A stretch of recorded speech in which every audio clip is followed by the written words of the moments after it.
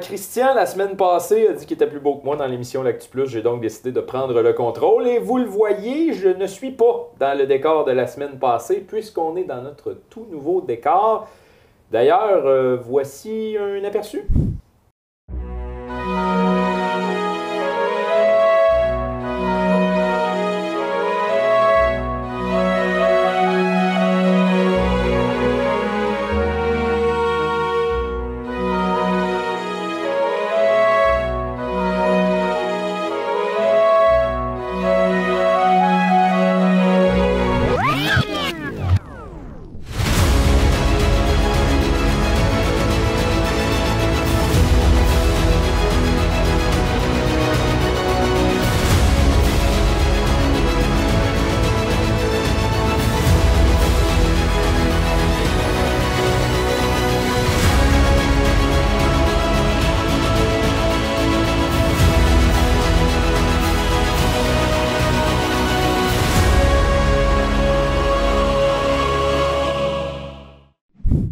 Lydia, nous voici dans notre tout nouveau studio.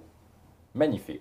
Effectivement, vous avez vraiment fait du bon travail parce que vous l'avez fait vous-même quand même. Oui, il y a eu beaucoup de travail de toute l'équipe. On va remercier toute l'équipe et Yvon Guindon qui est venu nous donner un coup de pouce sur la création de ce studio-là. Et là, ce qu'il faut savoir, c'est que c'est un plateau double. Donc, d'un côté, on a le setup dans lequel on est, où il y a des écrans verticaux, il y a des lumières qu'on peut changer de couleur, il y a toutes sortes de choses qui sont fonctionnelles. Vous voyez la régie en ce moment qui les change, les lumières de couleur, pour vous montrer ce que ça donne. Mais aussi, de l'autre côté, juste en face de nous, vous allez le voir à l'écran, il y a un studio plus style maison, donc avec une fenêtre, des bancs plus confortables, où les gens vont pouvoir participer à des entrevues plus confortables, et où on tournera d'ailleurs dès lundi l'émission Un café avec votre député, donc Sébastien Lemire qui sera avec nous lundi dans ce plateau-là. Donc c'est vraiment un studio qui est beaucoup plus fonctionnel que ce qu'on avait. Et la beauté de la chose, c'est qu'on est dans le même espace où on était dans les premiers studios quand on est déménagé ici. On a comme agrandi sans agrandir, donc on a maximisé l'utilisation d'espace et ça donne un résultat qui est assez impressionnant de voir tout ce qu'on a été capable de faire en un très court délai. Je pense que les gens ont peut-être remarqué le changement de studio rapidement dans les dernières semaines. On a utilisé le studio temporaire en bas pendant quelques semaines. Le temps de monter ça, mais je pense que le résultat est vraiment intéressant. Il va nous permettre toutes sortes de choses parce que ces télés-là peuvent nous permettre d'avoir des vidéos. Là. Vous voyez l'actu à l'arrière, l'actu plus, mais on peut aussi avoir quelqu'un dans la télé. On peut avoir toutes sortes de choses avec ces télés-là. Donc, bienvenue dans les nouveaux studios médias. Oui, merci. J'ai très hâte de découvrir toutes les nouvelles fonctionnalités. Et là, vous vous demandez pourquoi Christian n'est pas là. Christian, ce matin, avait un peu la voix d'un zombie, un petit rhume qui l'affecte en ce moment. Donc, on lui a dit de rester à la maison, tout simplement. Ben oui, surtout avec la COVID, mais il y a quand même les assouplissements qui s'en viennent. Oui, mais ça, je vais me le garder, tu vas voir, pour la fin, parce qu'on va se garder le meilleur pour la fin. Assouplissement en vigueur à partir de minuit dans la nuit de vendredi à samedi. Donc, si vous écoutez l'émission, passez ça, les assouplissements sont déjà en vigueur. Sinon, c'est dans la nuit de vendredi à samedi, donc 12 mars. C'est là, cette nuit. Et on a eu une grosse semaine d'actualité. C'est passé beaucoup de choses, surtout dans le secteur de sanitaire. On pourra en parler tantôt. Mais une semaine qui a commencé ce samedi avec un incendie important du côté de Remorquage Lassar. Remorquage du Nord à Lassar, oui. Perte totale, la bâtisse. Une trentaine de pompiers, de Lassar, Sainte-Hélène, de Mansbourg et Dupuis qui sont intervenus là-bas. Il n'y a pas eu de blessés, heureusement. On ne connaît pas la cause de cet incendie-là, mais ça a été assez majeur et les gens de la Sarre l'ont remarqué parce qu'il y avait une énorme colonne de fumée qui s'élevait au-dessus de la bâtisse ce samedi. Par contre, un événement qui a causé un blessé et même un décès, c'est un accident dans la réserve faunique La Vérandrie. J'ai l'impression qu'à chaque fois que je viens dans l'Actu Plus ces temps-ci, je dois parler d'un accident avec décès sur la route 117. C'est survenu dans la réserve faunique La Vérandrie dimanche. Et ça m'amène à en parler de cette fameuse réserve faunique La Vérandrie parce que ça fait beaucoup jaser. Bon, elle a été fermée dans les dernières semaines. On en avait parlé dans l'Actu Plus la dernière fois. Mais là, la réserve faunique La Vérandrie, en fin de semaine, il y a des automobilistes dimanche, entre autres, qui nous ont dit que les conditions ne sont pas belles. Il y a des flaques d'eau assez importantes. Les véhicules arrivaient dans les flaques d'eau et ça les freinait carrément à l'épaisseur d'eau qu'il y avait. Donc, c'était vraiment pas beau dans la réserve dimanche. Et lundi, c'est ça, il y a un homme dans la cinquantaine qui qui a perdu la vie malheureusement dans la réserve phonique La Vérandrie. Perte de contrôle lors d'un dépassement, est allé percuter un poids lourd et la victime a été incarcérée pendant de longues minutes à l'intérieur du véhicule. Malheureusement, elle est décédée de ses blessures. Il a fallu l'intervention des pompiers dans ce cas-là. Toujours particulier quand une victime est incarcérée dans la réserve phonique La Vérandrie parce que le temps de réponse des premiers répondants dans le secteur est aussi plus long, étant donné que c'est un long territoire. Donc, malheureusement, un autre décès sur la route 117. Et d'ailleurs, tu voulais nous mentionner que nous, dans nos articles, on avait vraiment écrit que la personne était blessée gravement et qu'on craignait pour sa vie. Pourquoi on n'a pas écrit que la personne était décédée, tout simplement? Bien ça, il y a plusieurs explications. En fait, dans les premières heures, quand survient un accident majeur comme ça, on nous dit toujours, et nous, c'est la police qui nous donne les détails sur ces accidents-là, et nous dit toujours dans les premières heures, c'est une personne blessée gravement, on craint pour sa vie. Pourquoi? Parce qu'un policier ne peut pas constater un décès à moins qu'il y ait mort évidente. Et là, je vais donner l'exemple un peu glauque. Si la tête est plus loin, ça, c'est une mort évidente. Mais un policier ou un ambulancier ne peut pas constater un décès sur place, donc il doit y avoir constat de décès. Et dans un deuxième temps, c'est que si cette victime d'accident-là, les proches ne sont pas avisés et qu'il y a des photos des véhicules qui se ramassent à la télé, sur le web, ça peut être difficile pour les familles. Donc, on va parler d'accident avec blessé grave avant de parler de décès. Et souvent, c'est le lendemain qu'on va parler du décès. Le temps que le constat a été fait, que la famille soit avisée et tout ça. C'est par respect, en gros, cette formulation-là qui est utilisée. Mais ça ne veut pas nécessairement dire, quand on parle de décès, de blessé grave, que c'est automatiquement un décès. Il y en a parfois qui s'en sortent, mais la formulation, la plupart du temps, quand il y a décès, on va commencer par blessé grave et après ça, on va parler de décès. On va être un peu plus léger dans nos sujets, puisqu'on est amené un petit peu de parler de décès sur les routes en Abitibi-Témiscamingue. On parlait de sanitaire. Il y a eu beaucoup de choses à sanitaire cette semaine. On va commencer avec le complexe sportif à l'air. Ça, c'est une annonce qui devait être faite, en fait, quand l'urgence a fermé. Et là, finalement, on a reporté cette annonce-là. Donc, complexe sportif qui contient une nouvelle piscine, entre autres, des installations qu'on a pu voir qui sont magnifiques. Mm-hmm. Et pour l'inauguration, il y avait quand même beaucoup de personnes. Le ministre Dufour, notamment. Il y avait le Centre des services scolaires, la ville de Sainte-Terre qui était présente. Donc, c'est ça. Christian était présent aussi pour l'inauguration. Exactement. Et on a d'ailleurs des extraits de cette inauguration-là. Donc, comme vous le savez, ça prend un travail d'équipe. Je l'ai mentionné tantôt. Jacques Arnois, Jean-Maurice Matt, Patrick Rodrigue. Je ne peux passer sous silence Alain Guillemette. Alain qui était le directeur à ce moment-là du Centre de services scolaires de Hors-et-des-Bois. Alain qui nous a énormément aidé aussi à trouver les chemins de passage dans ce dossier-là pour être en mesure d'accomplir justement cette corrélation des forces pour arriver à ce projet-là, pour arriver à un investissement de 4,1 millions, exactement 4 115 000 et quelques sous pour l'implication du gouvernement par le biais du ministère de l'Éducation, donc à investir dans un projet ici même en milieu santerrois. Naturellement, cette infrastructure va permettre à des jeunes de s'initier à la natation et ça va permettre aussi aux adultes de justement développer aussi d'autres situations athlétiques au niveau de leur possibilité de bien faire de l'activité physique. Donc, en terminant, je ne peux pas passer à côté, justement, quand on dit les forces en présence, de deux joueurs majeurs, parce que malgré tout l'argent du public, vous savez qu'aucun projet ne peut se réaliser si ce n'est pas de l'aide qui provient du privé. Entre autres, les Caisses des Jardins. Oui, c'est une coopérative, mais les Caisses des Jardins sont toujours dans votre milieu pour vous aider. Encore une fois, ils sont ici présents aujourd'hui et Geneviève va vous faire une très belle allocution tantôt. Et naturellement, la famille à l'air. Tantôt, j'ai eu la chance avec Éric de venir arpenter un petit peu les lieux de la piscine. Bien, félicitations à cette famille qui s'est investie dans son milieu et qui, naturellement, fait en sorte qu'aujourd'hui, les gens de Sainte-Terre Paroisse et Bellecour ont un projet vraiment de société 2022. Félicitations à tout le monde et merci beaucoup. Alors, bonjour tout le monde. Je n'ai peut-être pas toutes les mêmes étapes que M. Dufour à vous présenter, puis je ne pourrais pas le faire de cette aussi belle façon.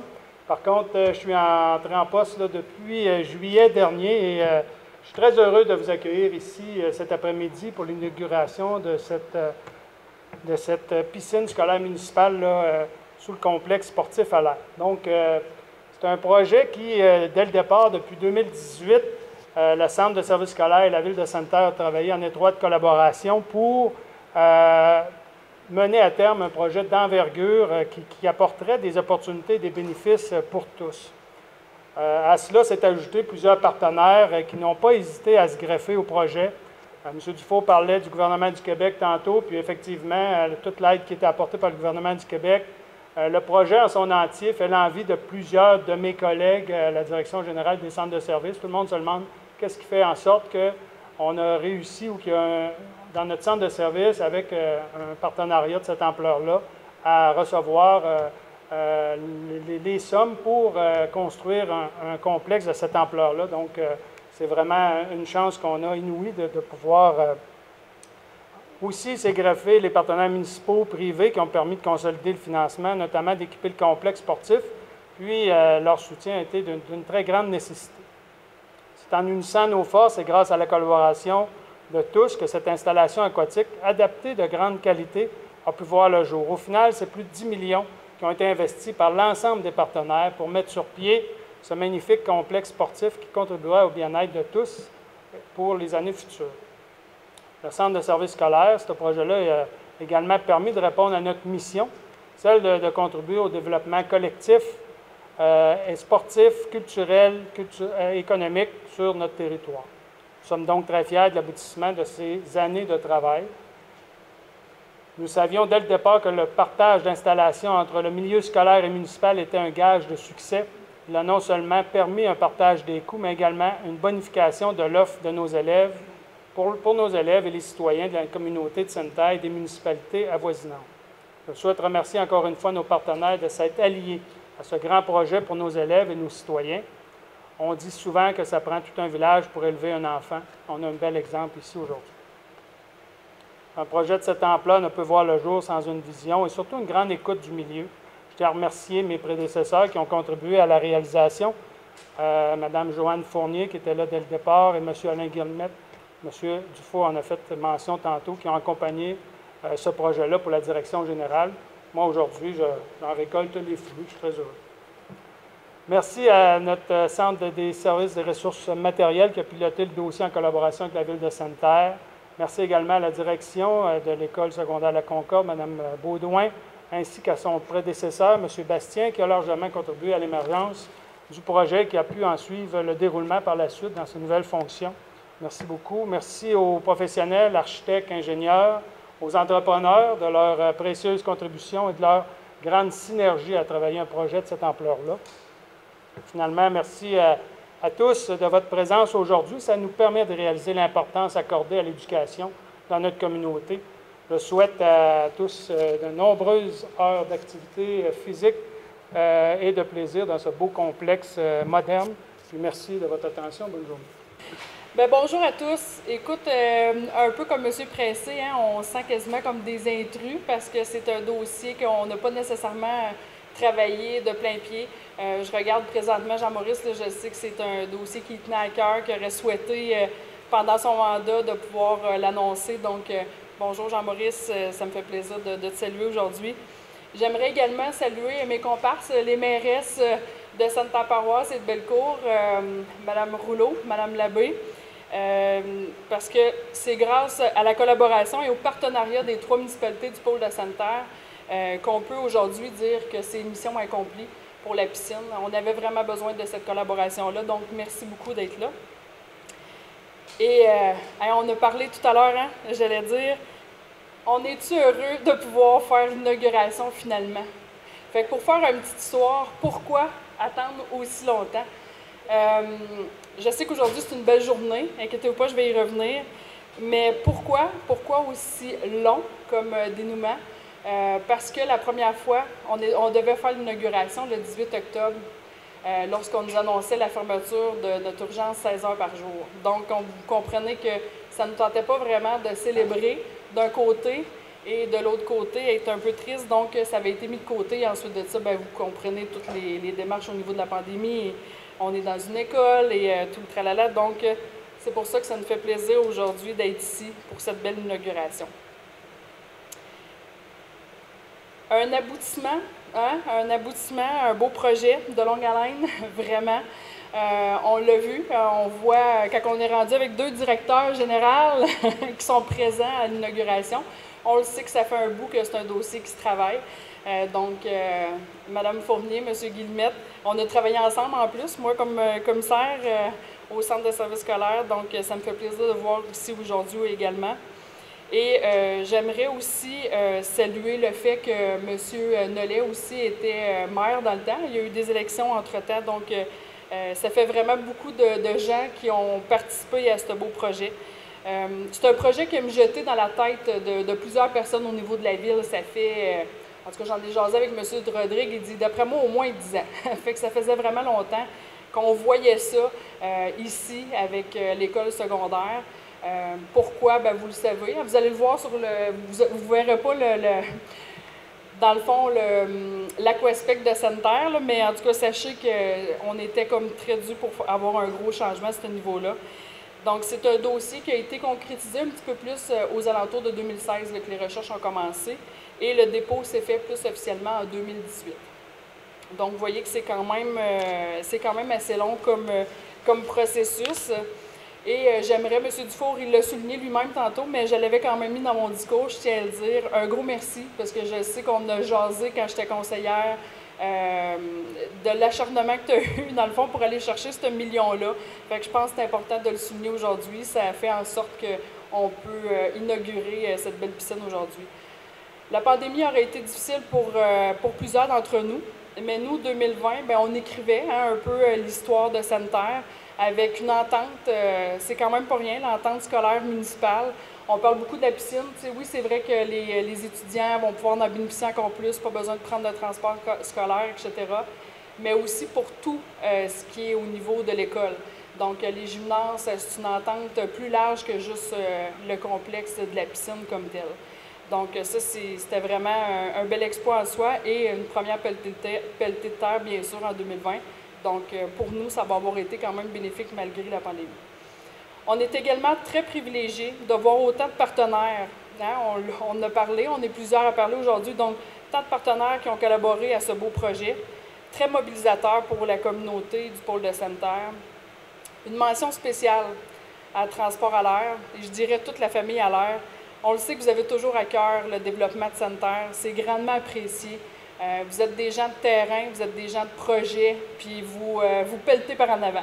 Vous êtes toujours prêts à arriver avec des belles idées.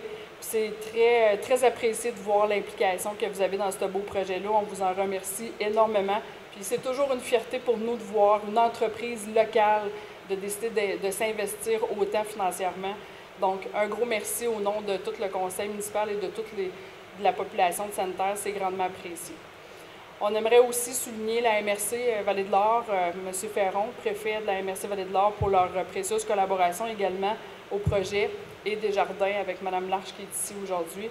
Donc, un gros merci. Sans vous, tous ces partenariats-là, ça serait impossible de pouvoir inaugurer la piscine aujourd'hui. En terminant, je vous dirais, chaque fois que je mets les pieds ici, c'est toujours une fierté. Vous allez le voir sur la vidéo, je pense que je le dis aussi.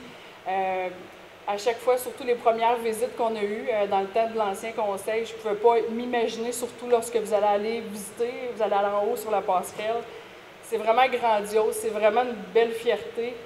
Lors de la construction, on ne pouvait pas s'imaginer qu'on avait ça, nous, ici, dans notre ville. Donc, c'est vraiment une grande fierté d'avoir ce beau complexe sportif à l'air-là. Donc, c'est une belle fierté, comme je vous dis, et il reste à la population d'en profiter au maximum. Donc, sur ça, je vous souhaite une excellente fin de journée. Merci. Et il y a aussi la réouverture de l'urgence de Sainte-Terre qui était quand même très attendue, qui était fermée depuis le 18 octobre et qui maintenant est 24 heures sur 24 ouverte depuis le 7 mars. Et ça a été souligné, ça. Il y a eu une marche, il y a eu un hommage à Richard Genet qui est décédé durant la période de fermeture de l'urgence. Donc la population de Sainte-Terre qui est vraiment heureuse de revoir ce service-là revenir. Il faut dire que la population et le comité a travaillé fort à aller faire du recrutement, à mettre des mesures en place pour aller chercher de nouvelles infirmières pour cette urgence-là. Donc, C'est ouvert 24/7 maintenant. J'ai vu d'ailleurs sur les réseaux sociaux dans les derniers jours, ben là, il y avait les revendications aussi au niveau des services ambulanciers qui reviennent parce qu'on veut maintenir le service ambulancier. On veut, évidemment, là, il y a toute la question des horaires de faction et ça, c'est une question à la grandeur de l'Abitibi-Témiscamingue. Mais pour ce qui est de l'urgence de sanitaire, ben, Christian était là aussi. Ça s'est tous passé dans la même journée. Là. On va pouvoir aller voir les extraits. Bien, bienvenue tout le monde. Écoutez, c'est un réel plaisir de vous voir en grand nombre. J'étais un peu inquiète. Je me disais, étant donné qu'on a réussi l'exploit de gagner l'urgence 24/7, je me disais peut-être que les gens vont dire, bon, on n'a pas besoin d'y aller, on n'a plus besoin de se mobiliser. Donc, ça fait grandement plaisir de vous voir en grand nombre. Je pense qu'on peut... Ouais. C'est exactement ce que j'allais dire. Je pense qu'on peut commencer par tout le monde s'applaudir. Ça n'a pas été un dossier facile. Je vois Jean-Maurice là-bas. Jean-Maurice, il a comme pelleté pas mal par en avant. Il a travaillé fort. Vraiment fort. Fait qu'il a débroussaillé le chemin, je dirais. Et on a finalisé le tout. Mais je l'ai dit, je vais le redire, c'est pas la réussite d'une seule personne ou de la municipalité ou du pôle de sanitaire. C'est vraiment toute la population. Le groupe de mobilisation, les marches qu'on a fait, je pense que ça a fait une différence. On a fait parler de nous comme jamais. Hein? On pensait jamais passer aux nouvelles nationales. Se rendre à l'Assemblée nationale, Jean-Maurice. Écoutez, c'est sûr que ça va faire partie de l'histoire de Santerre. On ne l'oubliera jamais. Encore hier, salut, bonjour, RDI. Fait que c'est super intéressant de voir que au niveau des médias nationaux, ben, ils suivent dans le fond tout ce qu'on fait. Puis ils nous l'avaient dit qu'elle allait suivre ce dossier-là de près pour voir le dénouement final. Fait qu'on est vraiment fiers de pouvoir le vivre aujourd'hui. Donc, c'est grâce à tout le monde. J'aimerais aussi dire un gros merci à tout le personnel de santé. Hein, ils ont vécu la pandémie à travers tout ça. Ça nous apporte. Faut quand même pas oublier qu'on a vécu une pandémie. Donc, pour les employés ici au CLSC, ça n'a pas été facile. Ça a été déchirant. Perdre aussi des heures d'ouverture. Des gens ils ont changé leur poste de travail pour rester de nuit, etc. Donc, ça l'a touché vraiment tout le monde. Fait que je leur ai dit, je l'ai dit à plusieurs, mais je profite aujourd'hui de l'occasion pour leur dire un gros merci d'avoir tenu le fort. C'était pas facile.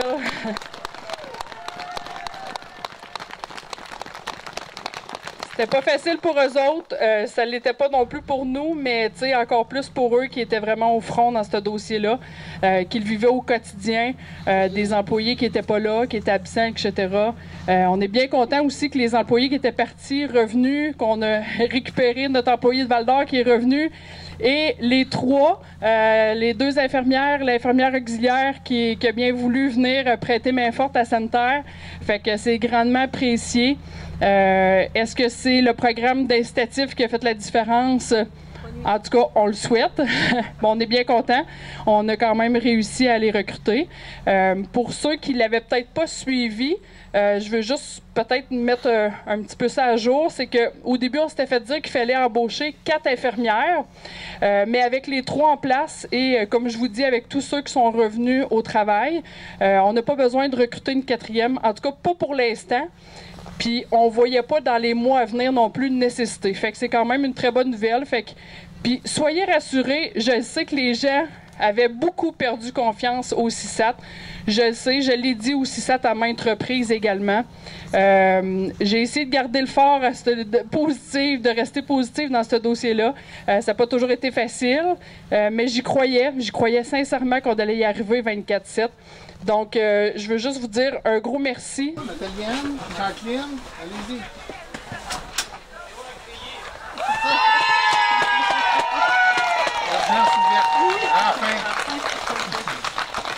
Je voulais revenir un peu sur les horaires de faction, justement. Donc, la grève va commencer à partir du 16 mars Pourquoi cette date-là? Parce que ça va faire 2 ans que les ambulanciers n'ont plus de convention collective. Et la grève n'est pas seulement en Abitibi-Témiscamingue, c'est un peu partout au Québec. Les horaires de faction qui peuvent quand même rajouter 10 minutes de délai environ avant une intervention, ce qui peut être fatal dans certains cas, malheureusement.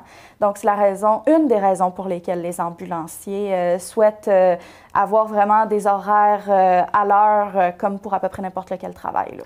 Exactement. Puis, tu sais, 10 minutes, on le dit, là, chaque minute compte lors d'une intervention. Donc, 10 minutes, c'est extrêmement long.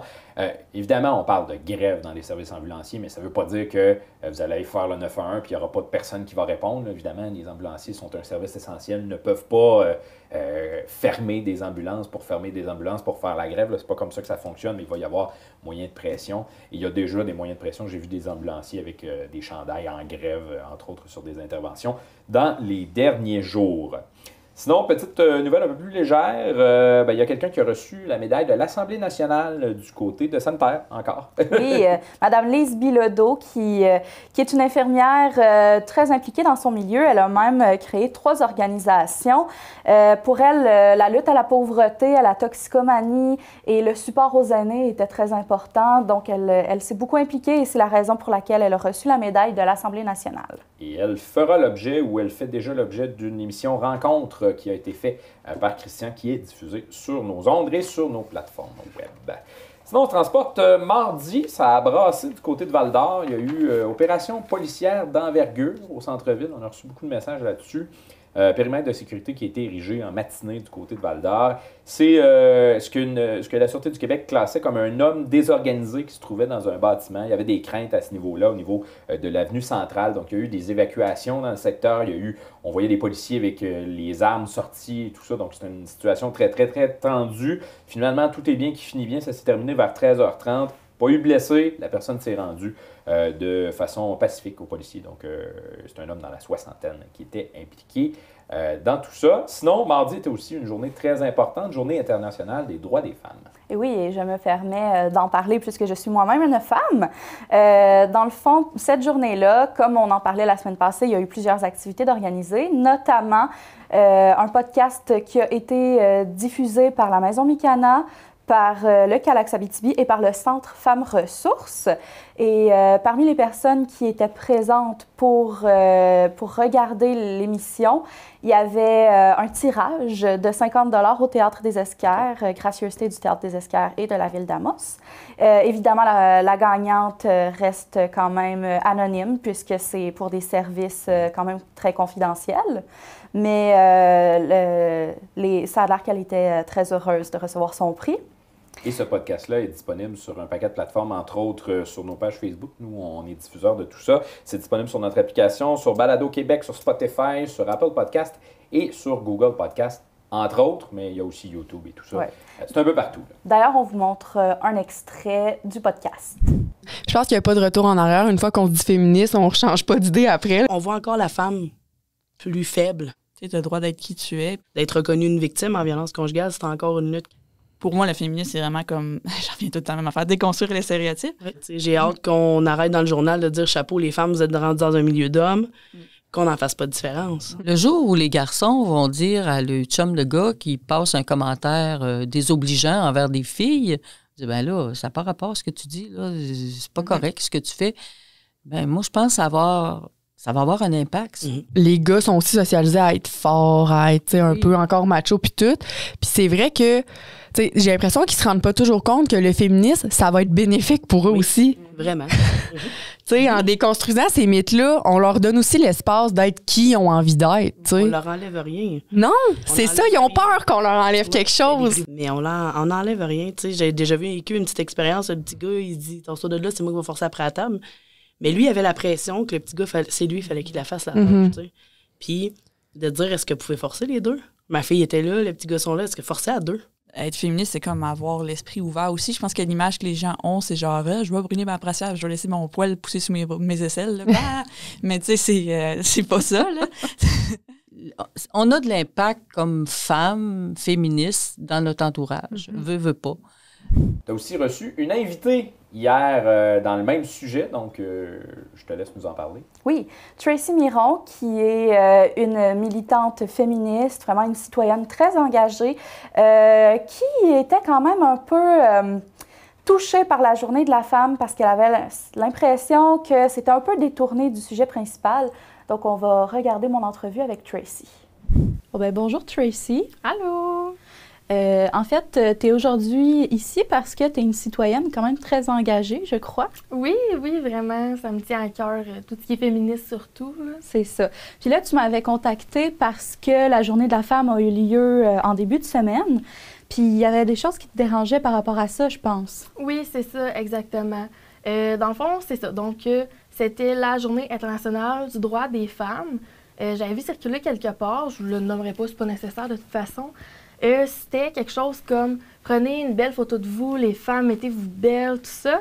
Je pense pas que c'était pour être malveillant, quoi que ce soit, mais j'ai trouvé ça un peu triste parce que c'est comme ramener au fait que « Ah, t'es une femme, tu sais, il faut que tu sois belle », ça tourne un peu autour de ça.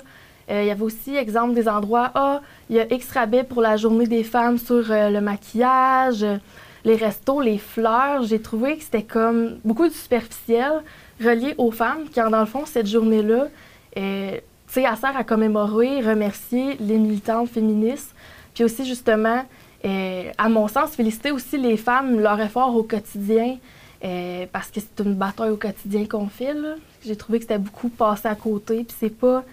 j'ai l'impression que c'est vu comme une deuxième Saint-Valentin ou une deuxième fête des mères. On va t'offrir des fleurs, t'es belle, t'es fine. Mais c'est comme... Je trouve que c'est passé à côté du but, là, de la chose. Et le but, selon toi, c'est quoi? Ben, c'est vraiment, je veux pas, tant qu'à moi, de remercier, de commémorer justement les militantes, tout ce qu'ils ont fait pour nous. Je pense notamment à Thérèse Casgrain, sans qui on pourrait pas voter aujourd'hui, qui a beaucoup milité pour ça. S'il n'y aurait pas eu des féministes, on ne pourrait pas aller à l'école, on ne pourrait pas porter un pantalon. C'est aussi banal, ça peut sembler, c'est quand même vraiment important. Je trouve que c'est une journée pour vraiment leur dire merci, non seulement à celle du passé, mais à celle d'aujourd'hui, qu'on fait encore des efforts pour pouvoir avancer davantage, parce que oui, il y en a encore des inégalités. C'est autant dans des emplois, dans des salaires, c'est des femmes qui occupent des métiers dits d'hommes, qui vivent de la discrimination. Je trouve ça vraiment malheureux, puis je trouve que c'est une journée pour justement se dire, OK, on lâche pas les militantes, on est capable de le faire, puis pas miser sur la journée de la femme, on se met belle, vraiment ramener ça au physique.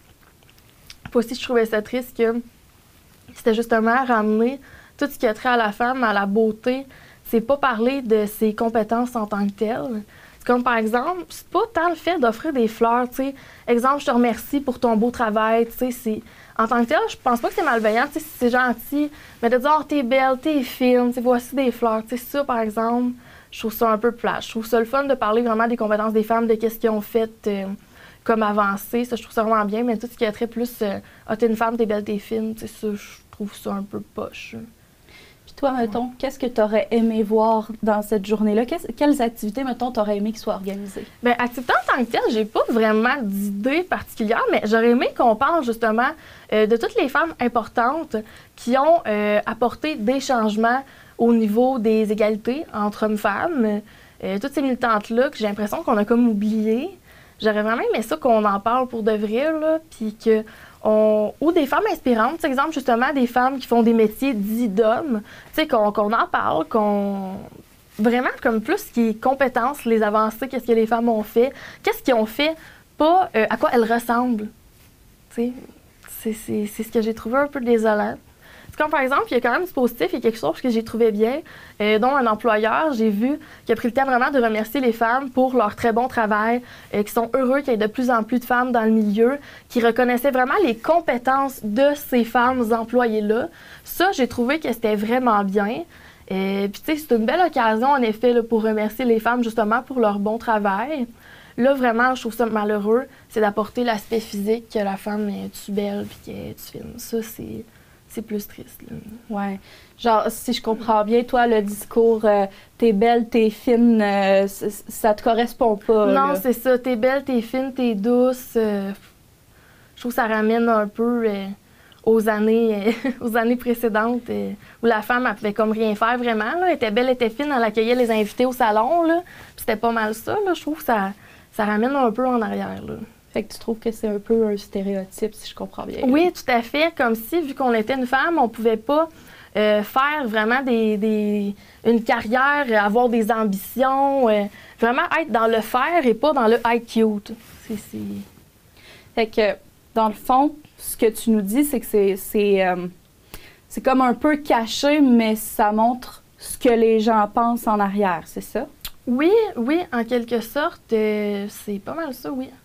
Je trouve ça triste. J'ai l'impression qu'il y a des compagnies ou exemple, comment je dirais bien ça, qui profitent un peu de l'occasion. Tu sais, exemple, les rabais sur le maquillage vont comme commercialiser et prendre une fête, pas une fête, je m'excuse, un événement aussi important pour y aller avec leur commerce, dire les spéciaux sur le maquillage, tout ça, comme un peu profiter d'un événement tellement important pour vendre, quand dans le fond, on peut-tu remercier les militantes qui nous ont tellement aidés, qui nous ont tellement apporté.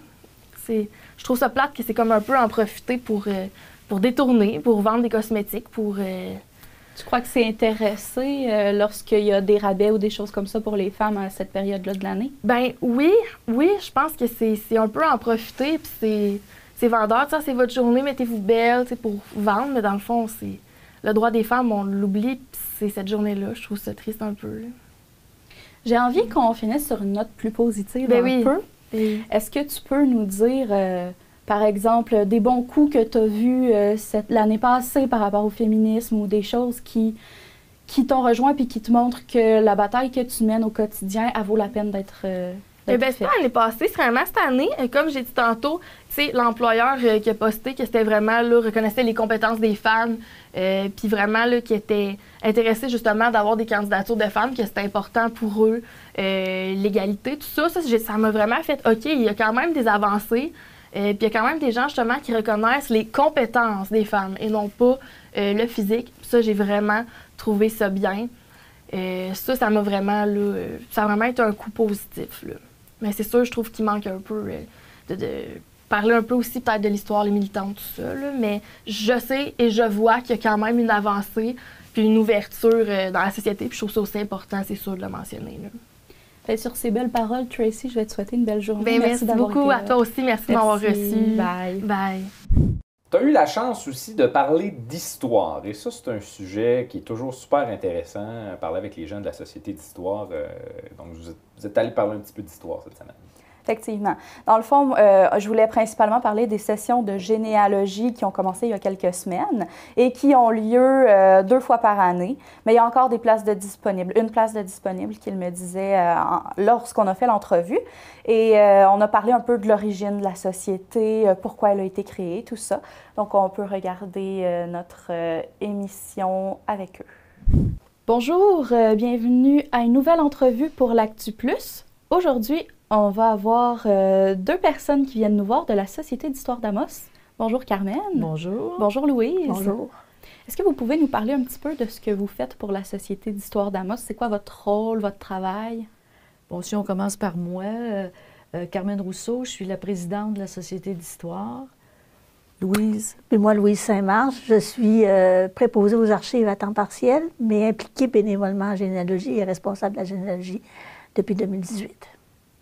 Et concrètement, présidente de la Société d'histoire d'Amos et responsable de la généalogie, c'est quoi que vous faites exactement?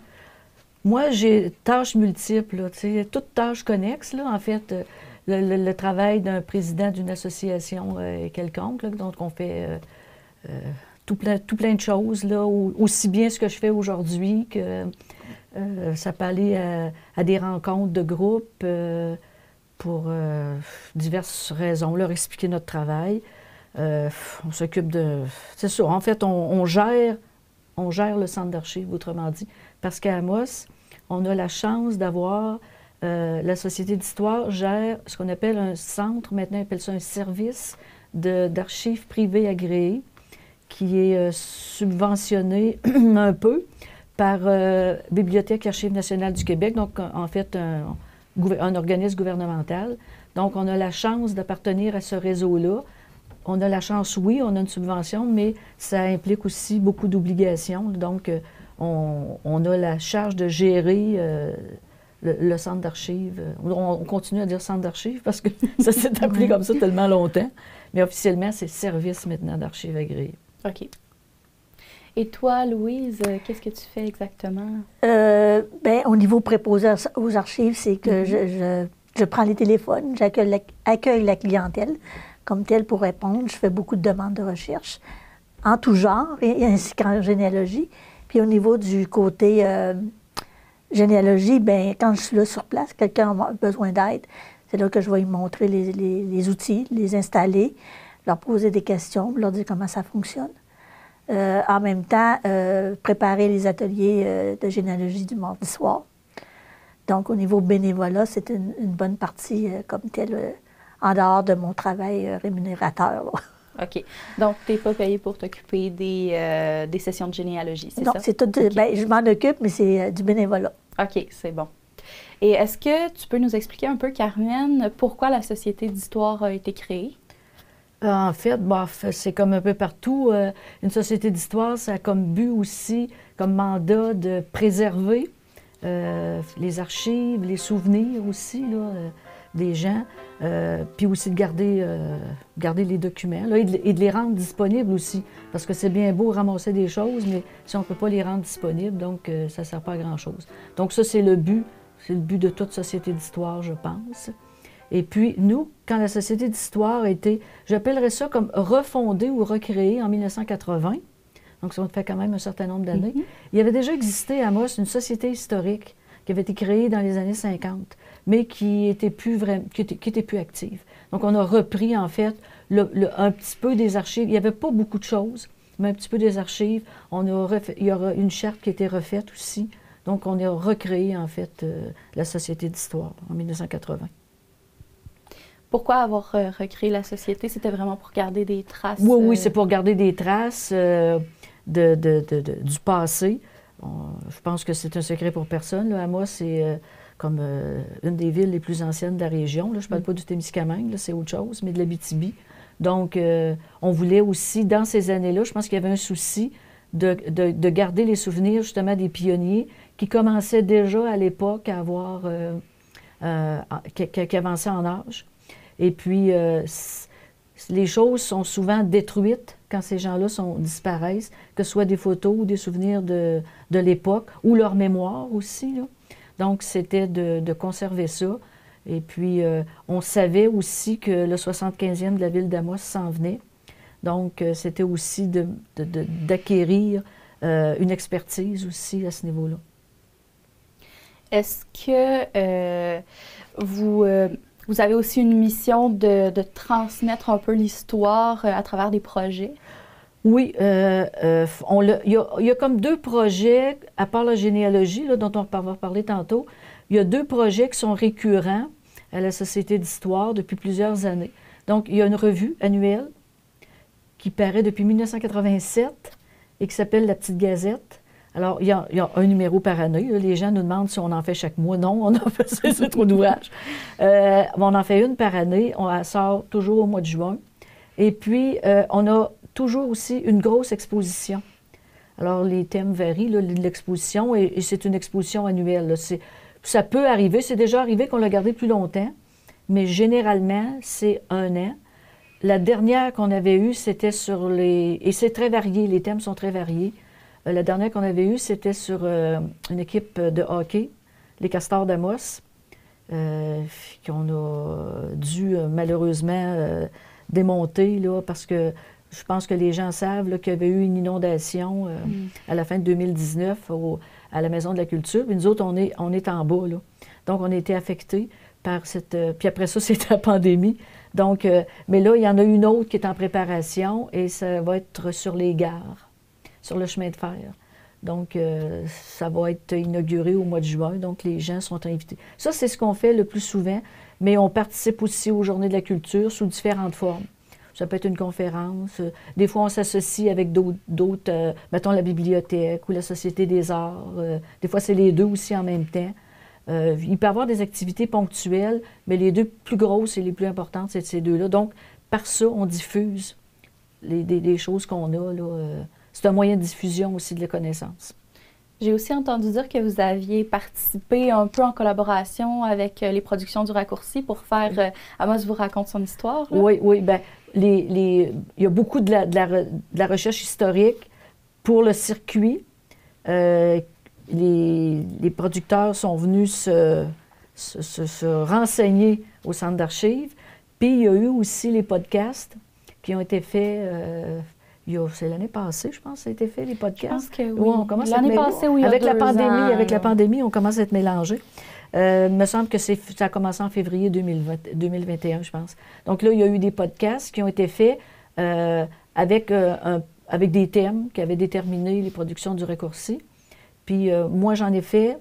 L'archiviste Geneviève Dubé en a fait aussi. Puis il y a d'autres gens aussi qui ont été appelés, mais en dehors de la Société d'histoire, mais d'autres personnes qui avaient des connaissances sur des thèmes précis qui ont contribué aussi à ces podcasts-là. Donc, c'est aussi, effectivement, un autre moyen de diffusion, mais qui n'est pas régulier, là, que c'était occasionnel. Louise, on va parler un peu plus de généalogie. Oui. Tout à l'heure, tu nous disais qu'on peut retourner jusqu'à la Nouvelle-France en faisant ça, mais comment ça fonctionne concrètement? Bien, premièrement, quand quelqu'un arrive qui veut faire une recherche sur sa famille, bien, c'est de m'asseoir avec la personne généralement pour lui poser des questions. Demander les informations de base, comme le nom de ses parents, frères et sœurs à la limite, les grands-parents. Et à partir de là, on essaye de faire des recherches minimales de base. En lui montrant, moi je vais lui montrer ce qu'on a de disponible pour l'aider en fouillant comme tel, parce que même si je suis responsable de la généalogie, je vais les amener à faire leur recherche, je vais leur montrer les outils, mais je ne pourrai pas faire la recherche pour eux autres. Donc, c'est des amener à s'outiller, à se poser des questions, à venir me voir quand je suis là pour les dépanner aux besoins. Puis au niveau outils, on a de l'informatique, mais on a aussi beaucoup de répertoires papier et les journaux comme tel, là, qui est une bonne base de ressources là, comme tel, des livres en histoire, des monographies paroissiales, des monographies familiales aussi qu'on a. Fait que c'est tous des livres de base là, qui peuvent nous aider à trouver une information qui peut être intéressante. Vous avez quoi comme journaux? Est-ce que ça remonte vraiment à la création d'Amos? Oui. L'Abitibi avec Hector Routier en 1920 ou 22, si je ne me trompe pas. Là, on a peut-être pas toutes, là, mais on a pas mal toutes comme telles. Puis, à la limite, on peut les consulter aussi, ces journaux-là, sur BANQ. OK. BANQ, c'est un site Internet? Oui, ils ont un site Internet, c'est Bibliothèque et Archives nationales du Québec. OK. Est-ce qu'il faut payer pour y avoir accès? Non, on s'inscrit comme tel. Je dis non, je suis moins sûre. Je sais qu'au niveau virtuel ou sur site Internet, on peut avoir une inscription gratuite qui nous permet de faire des fouilles comme tel là-dessus. Là. Ça, c'est la partie que moi, j'ai expérimentée. Mais ça, c'est en généalogie. Mais on peut consulter BANQ gratuitement, là. On fait BANQ, puis on accède à beaucoup de documents qui sont numérisés par Bibliothèque Archives nationales du Québec. Les journaux, entre autres, dans la région, on peut consulter le journal L'Abitibi, qui a porté ce nom-là pendant 2 ans, de 1920 à 1922. Après ça, ça devient la Gazette du Nord. Et elle est numérisée jusque dans les années 50 à peu près, fin des années 50. Et ça ne coûte rien, là. Il s'agit juste de savoir rentrer dans le système de numérisation. Puis les gens ont accès à d'autres choses aussi qui est numérisé. Il y a des photos qui sont numérisées. Il y a des journaux qui ne sont pas nécessairement régionaux, mais c'est une banque formidable. Là. Puis ça ne coûte rien là, pour consulter ces choses-là là, sur Internet. Mais au niveau de la généalogie, ça, c'est une autre affaire. La généalogie, dans le fond, OK, on peut faire des recherches dans les journaux, dans les archives, mais pourquoi on fait ça? Pourquoi quelqu'un pourrait avoir de l'intérêt à se dire « Ah, j'ai envie de savoir c'est qui mes ancêtres ». C'est ce que je dis souvent, c'est que tu as une motivation à la base. Quelqu'un que tu sais que tu as un grand-parent aussi que tu n'as pas connu ou tu ne peux pas avoir d'informations, c'est intéressant. Tu me dis, je veux savoir c'est qui cette personne-là. Ça peut être pour raison médicale, voir s'il y a des maladies génétiques ou quelque chose de même. Il y en a qui vont faire de la recherche, même au niveau généalogique, ADN comme tel, que nous autres, on ne fait pas, là. Mais les raisons sont multiples. Pourquoi? Ou ça peut être carrément juste un passe-temps, qui peut être avançant, par exemple, quand on tombe dedans.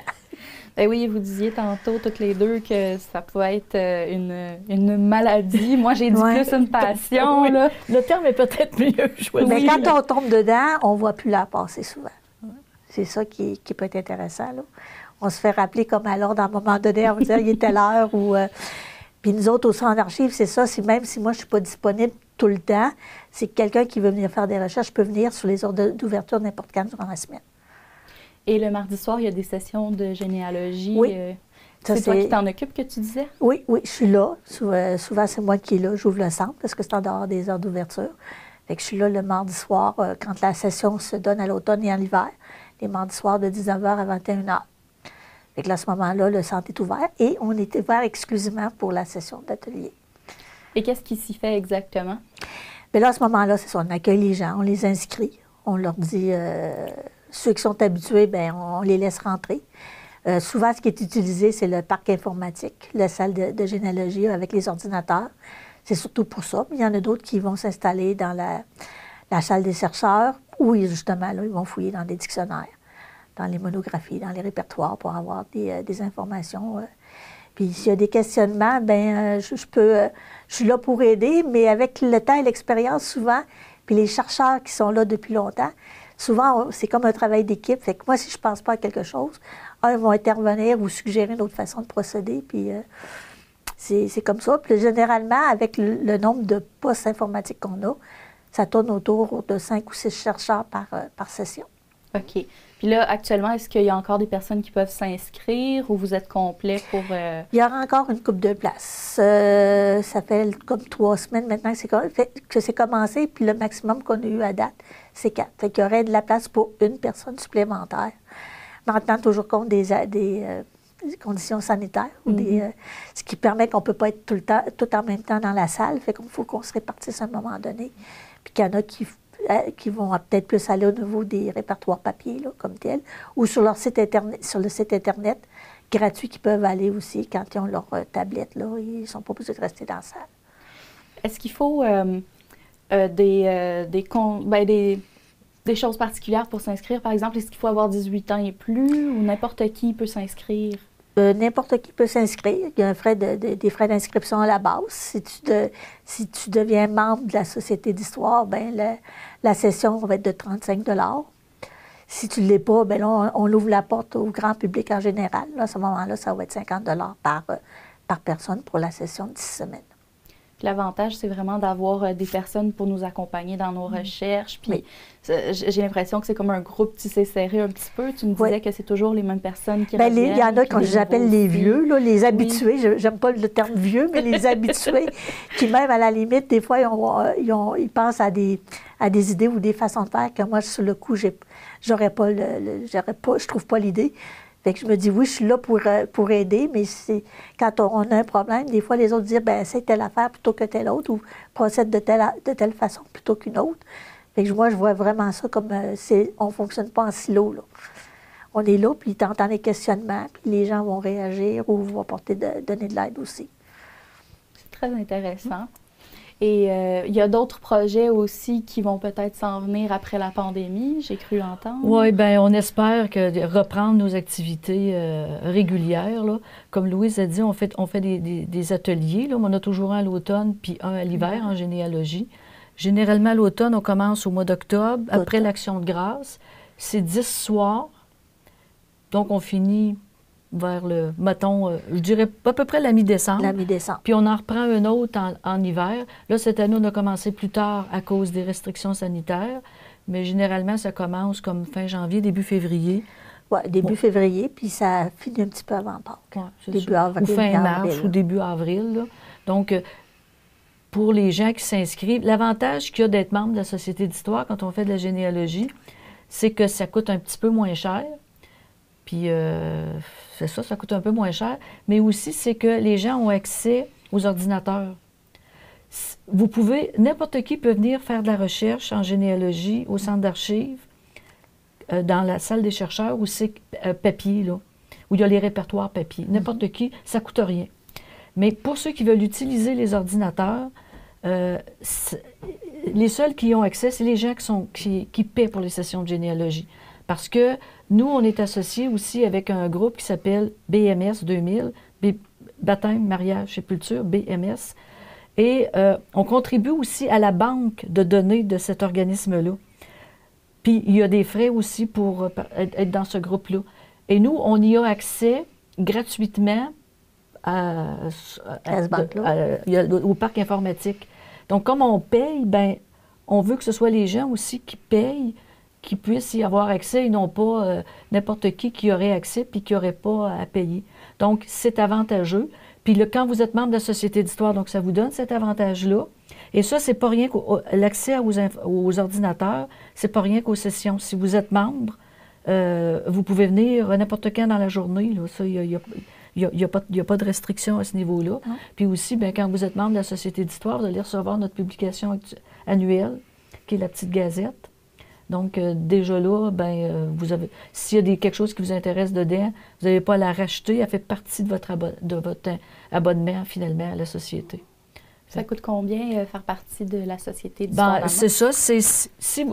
Il y a un prix individuel et un prix familial. Alors, si on le prend par année, c'est 20 $ pour un individu, puis 25 $ pour familial. Familial, on s'entend, là, c'est un couple avec des enfants en bas de 18 ans, c'est sûr. Et puis, mais on peut aussi s'abonner pour 3 ans.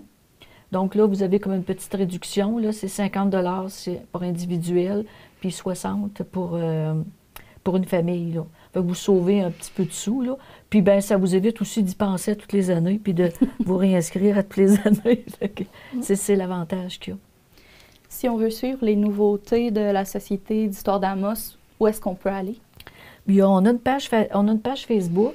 Il y a toujours, entre autres, la page Facebook, quand il y a des annonces, justement, quand il va y avoir des expositions, quand on fait notre Assemblée générale annuelle, quand c'est le début des sessions de généalogie, ça paraît sur notre page Facebook. Puis sur notre page Facebook aussi, l'archiviste dépose aussi des photos. Souvent, donc, pour les gens qui aiment ça regarder des vieilles photos, là, il y en a régulièrement qui sont déposées sur la page Facebook. Fait que c'est là aussi que vous pouvez vous renseigner. Je pense que c'est un moyen actuel là, au niveau des réseaux sociaux qui est bien connu puis que tout le monde sait utiliser. Fait que à ce niveau-là, il n'y a pas de problème. Nos membres, eux autres, souvent, on va les recontacter en plus en leur envoyant un courriel d'information. Pour les informer de ce qui va suivre. Oui. Bien, merci beaucoup, Louise. Merci beaucoup, Carmen, d'avoir été là aujourd'hui. Merci. Merci, ça nous a fait plaisir. Donc, mercredi, le 9 mars, avait lieu la conférence des préfets de l'Abitibi-Témiscamingue et ils ont annoncé que 8 projets dans la MRC Abitibi avaient reçu des sous pour lutter contre la pauvreté et l'exclusion sociale. Donc, projets qui vont s'étirer jusqu'en 2023. Il y a eu de l'argent pour la Maison de la Famille, le CLD d'Amos, le MRAR et le CPE des Petits Élans, ainsi que le support aux aînés de l'Aricana. OK. Je vais faire du pouce sur ça parce que j'ai reçu ce matin un communiqué de presse de l'Union des municipalités du Québec après avoir accédé au poste de président de la conférence des préfets, M. Sébastien Dastou, notre maire à Amos, ajoute une corde à son arc. Il est maintenant administrateur de l'Union des municipalités du Québec, donc il va siéger pour représenter la région 08 et le mandat, c'est un mandat 2022-2024. Il y avait 2 régions en élection cette année, l'Abitibi-Témiscamingue et la Montérégie. Donc ça s'est fait un peu plus tôt cette semaine. Félicitations, M. Dastou. Et on va lever notre chapeau à des gens qui ont été là tout au long de la pandémie pour leurs enfants. Il y a eu, c'est un autre communiqué de presse qui est sorti ce matin, prix de la persévérance scolaire qui est décerné aux parents de l'Aricana. Donc, c'est un prix qui, à chaque année, est remis dans le cadre des journées de la persévérance scolaire. Donc, cette année, le prix est remis à l'ensemble des parents de la commission scolaire Aricana qui ont été là, ou du centre de service scolaire maintenant, Aricana, oui, qui ont été là tout au long de l'année pour supporter leurs enfants à travers cette année-là qui n'a pas nécessairement été facile, on le sait. Au niveau COVID, là, ça n'a pas été facile pour les jeunes dans nos écoles. Donc, chapeau aux parents qui lâchent pas puis qui en ont souvent beaucoup à gérer avec le télétravail, avec les enfants à la maison en téléétudes. Donc, c'est un prix qui leur est remis de façon honorifique cette année. D'ailleurs, c'était difficile avec la COVID notamment. Et on a appris tout récemment que peut-être, ce n'est pas certain, plutôt que d'être au mois d'avril, le retrait du masque pourrait être en fin mars. On va continuer de suivre le sujet. Effectivement. Puis sinon, si on regarde un peu justement les allègements COVID, pour ceux qui nous écoutent aujourd'hui, vendredi, ben c'est cette nuit que ça entre en vigueur. La plupart des mesures contre la COVID-19 prennent le bord, on va le dire ainsi. Là. Les entreprises, entre autres les restos, les bars, vont pouvoir ouvrir jusqu'à aux petites heures du matin, 3 heures entre autres. Bon, il faut le dire, il y a changement d'heure dans la nuit de samedi à dimanche, il faut le rappeler. Donc, à partir de 2 heures dans la nuit de samedi à dimanche, il sera 3 heures. On vous rappelle de vérifier les piles de vos avertisseurs de fumée ou vérifier tout simplement vos avertisseurs de fumée parce que maintenant, ce sont des appareils où on ne peut pas changer la pile à l'intérieur. Mais oui, donc, allègement, là, on va pouvoir, entre autres, faire de la danse, du karaoké, le grand retour. Les buffets libre-service seront de retour aussi. Il va rester le masque. Ouais. On ne sait pas exactement quand on pourra retirer le masque, mais ça s'en vient. Par ailleurs, les personnes qui sont en isolement n'auront plus à rester à la maison, mais par contre, devront éviter d'aller dans les lieux où le masque peut être retiré, par exemple dans un restaurant ou dans un karaoké. Parfait. Voilà. Donc, je pense que ça fait le tour cette semaine de l'Actu Plus. Effectivement. Je te laisserai avec Christian la semaine prochaine s'il est là. On va l'espérer. Sinon, je viendrai faire un tour quand même. Merci François d'avoir été là. Merci à toi Lydia. Puis vous à la maison, on vous souhaite une excellente fin de semaine.